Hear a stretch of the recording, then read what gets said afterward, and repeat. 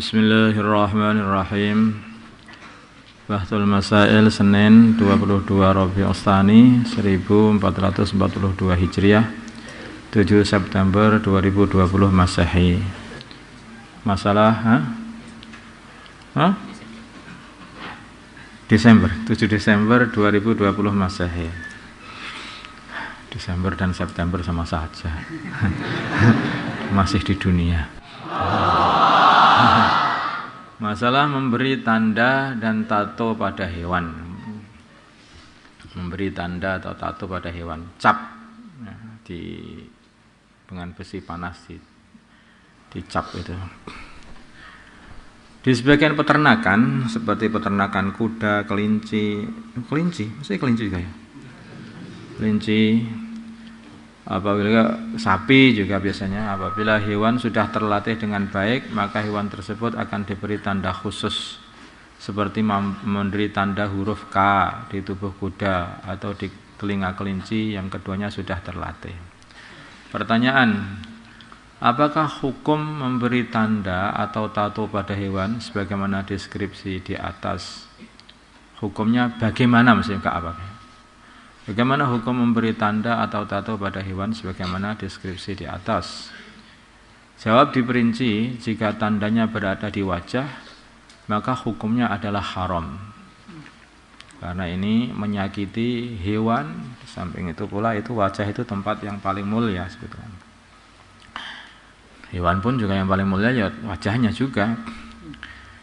Jika tandanya berada di wajah, maka hukumnya adalah haram. Jika di selain wajah, maka hukumnya mubah atau boleh. Tetapi yang dipraktekkan baginda Nabi, beliau mengatakan semakin jauh dari wajah maka itu semakin baik. Makanya Nabi dipraktekkan khimar beliau diberi tanda itu tempatnya itu di bagian kempolnya, di bokongnya. Tandanya di bokongnya. Makanya kalau memberi tanda itu tempatnya di bokong itu. Itu dulu Nabi nyontohkan seperti itu, seperti contohkan pada khimar beliau juga. Nanti kalau mau yang paling baik, walaupun ini perkara mubah, tapi yang paling baik itu yang paling jauh dari wajah. Yang dipraktekkan baginda Nabi tempatnya adalah di bokong. Benar tuh bokong ya biasanya. Bokong atau pantat. Ini pantat itu bahasa Malaysia agak enggak boleh ngomong pantat. Adapun untuk hewan zakat atau jizyah, maka hukum memberi tanda pada hewan tersebut adalah sunnah. Karena biar pertama kali faedahnya itu orang itu punya hewan banyak, nanti enggak diberi tanda malah nanti kembali lagi ke pemiliknya. Makanya dikasih tanda apa itu sedekah atau lillah atau apa saja yang bisa memberi tanda bahwa ini adalah untuk sedekah, apa ini atau ini adalah untuk Allah itu. Itu caranya.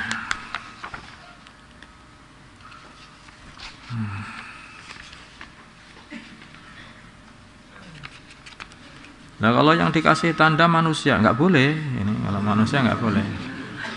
Nanti manusia dikasih tanda, apalagi wajahnya, ya itu malah tidak boleh. Karena manusia itu tidak usah dikasih tanda, insya Allah dipanggil itu juga noleh. Ya fulan, paimin, ya mesti noleh, tahu kan ini namanya paimin. Kalau hewan kamu panggil, sini siapa namanya, sakap sini, ya nggak tahu dia kalau tinggal ini sakap apa bukan toh. Tapi kalau dilihat, ada tandanya betul ini sakap, walaupun dipanggil nggak mau jawab. Tapi manusia itu tidak diperlukan untuk dikasih tanda-tanda. Makanya manusia jangan pakai tanda-tanda. Kalau manusia harus pakai tanda, berarti itu manusia yang tidak noleh, kayak yang tadi.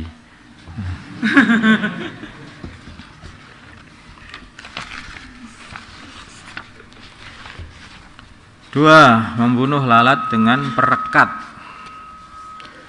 Bagaimana hukum membunuh lalat dengan alat perekat?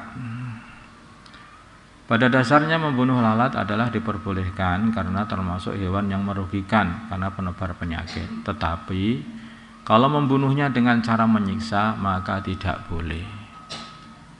Karena dengan memberi perekat itu lalat itu akan direkatkan di situ dan mati dalam keadaan kelaparan.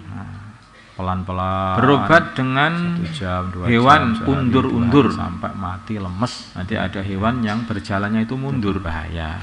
Makanya hewan itu orang Jawa mengatakan namanya undur-undur karena berjalan mundur. Mundur itu kalau bahasa Sulawesi apa? Mundur juga. Apa kalau bahasa Sulawesi undur-undur itu? Nah, hewannya namanya apa? Nggak tahu. Hewannya itu kalau di tanah nanti membuat kayak sumur itu kecil itu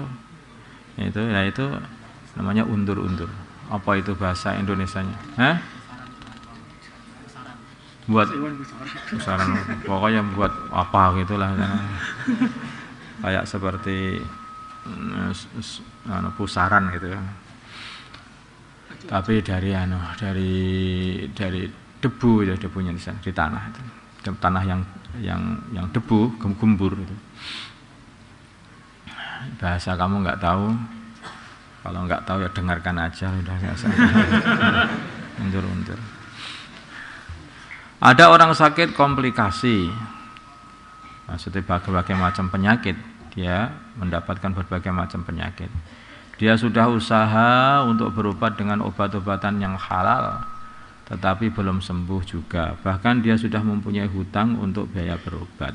Pertanyaan, bolehkah dia berobat dengan semisal semut atau undur-undur karena ia melihat ada orang lain yang sembuh penyakitnya karena mengkonsumsi hewan tersebut? Jawab, berobat dengan cara di atas diperbolehkan dengan syarat. Jadi maksudnya itu binatang ini binatang yang tidak boleh dimakan, akhirnya hakikatnya itu. Binatang yang tidak boleh dimakan. Maka bagaimana, apa boleh itu makan itu? Sebetulnya enggak boleh, tetapi akan bisa diperbolehkan dengan 2 syarat. Ada orang muslim yang ahli di bidang kesehatan, maksudnya dokter muslim atau tabib muslim yang ahli, yang memberitahu kepadanya bahwa barang-barang tersebut bermanfaat untuk pengobatan, atau memang dia sendiri juga seorang dokter atau seorang tabib dan dia paham bahwa sesungguhnya binatang itu dapat bermanfaat atau dapat bisa bermanfaat untuk kesembuhan dirinya. Nah, itu. Yang kedua yaitu dia sudah tidak menemukan lagi obat yang suci, obat yang halal atau obat yang halal. Akan tetapi kalaupun ada, harganya itu sangat mahal, di atas harga normal, sehingga maka yang seperti ini masih dibolehkan. Pertama kali memang harus ada 2 syarat. Syarat pertama, dia memang punya ilmu atau dikasih orang yang berilmu urusan kesehatan, apa dokter atau tabib, bahwa undur-undur tadi itu bisa menyembuhkan penyakitnya. Kemudian yang kedua, ini dua-duanya harus ada syarat ini. Yang kedua, memang tidak ada obat yang halal. Obat yang halal atau suci yang dia dapat berobat dengan obat itu. Atau ada obat halal tetapi obatnya itu mahal sehingga dan melebihi dari harga normal, itu juga dia masih pakai obat yang murahan tadi, undur-undur. Wallahu a'lam. Di agama itu mudah ya. Perkara itu kalau sudah mepet maka akan jadi meluas lagi. Kalau sudah mepet jadi meluas lagi. Jadi agama itu selalu menempatkan kita di tengah-tengah itu loh. Kalau terlalu luas nanti dikasih tahu jangan terlalu banyak. Makan itu halal, tapi makan banyak, jangan banyak makan. Nah, makan itu yang baik adalah makan yang hanya mengisi perut, hanya sepertiga perut, sepertiga untuk makanan, sepertiga untuk minuman, sepertiga untuk angin, katanya untuk nafas. Jadi dijalasi seperti itu. Enggak ada makanan, adanya itu kodok, namanya seperti itu. Nah, ya, enggak bisa makan kecuali hanya satu tok itu yang bisa dimakan. Akhirnya jadi dikasih kelonggaran. Nah, makanya kalau sudah dikasih kelonggaran, ternyata di situ ada kambing, wah, kodoknya, wah itu berarti kalau kambing bagaimana? Enggak boleh, enggak boleh. Ya kalau sudah ada kambing, ternyata ada kambing di situ, ya kambing aja makannya, jangan kodok. Kodoknya ditinggalkan lagi. Tunggu dulu kalau sudah kambingnya habis. Nah kalau kambingnya habis datang sapi, ya malah nggak usah makan kodok lagi. Apalagi anjing. Ya dia agama Masya Allah. Islam itu mudah betul, mudah. Nggak ada orang itu ngelakoni Islam itu kok susah, itu nggak ada. Sholat itu harus berdiri, nggak bisa ya duduk, nggak bisa juga bisa miring, nggak bisa terlentang, nggak bisa ya isarah-isarah bagaimana, itu mudah sekali. Nah. Ini capek, ini kalau dalam perjalanan sana itu jamak, itu kosor kan, coba mudah sekali agama itu. Tapi setelah kamu tahu agama mudah, jangan ngarang sendiri, agama itu mudah. Nah, apa saja halal. Enggak begitu itu. Nanti kalau sudah kamu seperti itu terjerumus malahan, harus dengan tanya kepada para ulama yang ahli. Allahumma shalli ala sayyidina Muhammad wa ala sayyidina Ibrahim wa ala sayyidina Ibrahim wa barik ala sayyidina Muhammad wa ala sayyidina Muhammad wa ala sayyidina Ibrahim wa ala ali sayyidina fil alamin innaka Hamidum Majid. اللهم ارحم أمة سيدنا محمد، اللهم اغفر لأمة سيدنا محمد، اللهم أصلح أمة سيدنا محمد، اللهم ألف بين قلوب أمة سيدنا محمد، اللهم انصر أمة سيدنا محمد، اللهم عاش بهم سلطانا نصيرا، صلى الله على سيدنا محمد النبي الأمي وعلى آله وصحبه وسلم، والحمد لله.